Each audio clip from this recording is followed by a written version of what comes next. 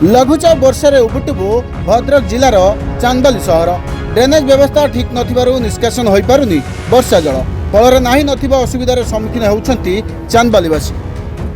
लघुचाप जनित वर्षा जोगु लगातार 3 दिन हब चांदबाली अंचल लागि रहिछि अदिनिया वर्षा। एही लगाण वर्षा जोगु चांदबाली एनएसी रे थिबा चांदबाली सहर ओ तार आखपाख अंचल रे जमी रहिछि वर्षा पानी। वर्षा जल निष्कासन पर ड्रेनेज व्यवस्था नथिबारु विभिन्न स्थान में आंठुए उंचेरु जमी रहिछि एही वर्षा जल।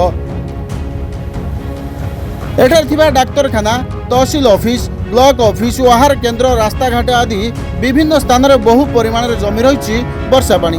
फल साधारण लोके नाही नथिबा असुविधार सम्मुखीन हेउथुवा बेले प्रशासन एथिप्रति दृष्टि देवा सहित तुरंत ड्रेनेज व्यवस्था करने पई अंचलवासी दाबी करिसेंती।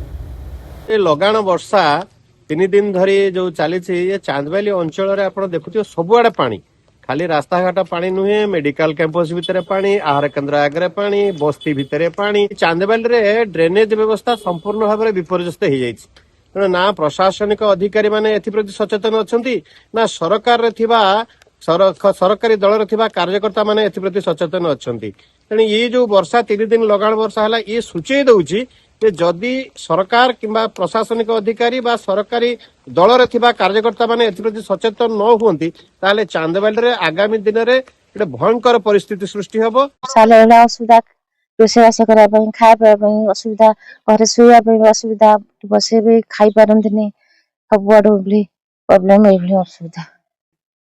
पानी तो 3 दिन होला एभली इतना पानी आंठला पानी हो जाउची, ना रोषे करी होउची, ना बसी होउची, ना खाई होउची, ना सुई होउची। एभली परिस्थिति ड्रेन व्यवस्था नाही, आकर सेपट ड्रेन जे एपट ड्रेन नाही। चांदबाली विज्ञापित अंचल परिषद पक्षरु ड्रेनेज काँ भा निर्माण कराई 15टी वार्ड अच्छी एनएसी अंतर्भुक्त, किंतु आम जानिबारे कौनसी गोटे ड्रेनेज रे वर्षा जल बा दूषित निर्गत जल जाऊ नाही। फल रास्ता घाट रे गड़ी कंदी रे सबुआड़े नाल नर्दमा खाली पानी ही पानी जमी रही। केतेबेले जे पानी घरे पशिज, शौचालय पशिज, पायखाना पशिज कही हेब ना। ना प्रशासन ए दिगरे दृष्टि दउची, ना स्थानीय राजनेता माने दृष्टि दउचंती। फल 4 वर्ष भितर चांदबाली विज्ञापित अंचल परिषद रे जति ड्रेनेज निर्माण कराई कौन सी गोटे ड्रेनेज रे पानी निष्कासन होई पारु नाही।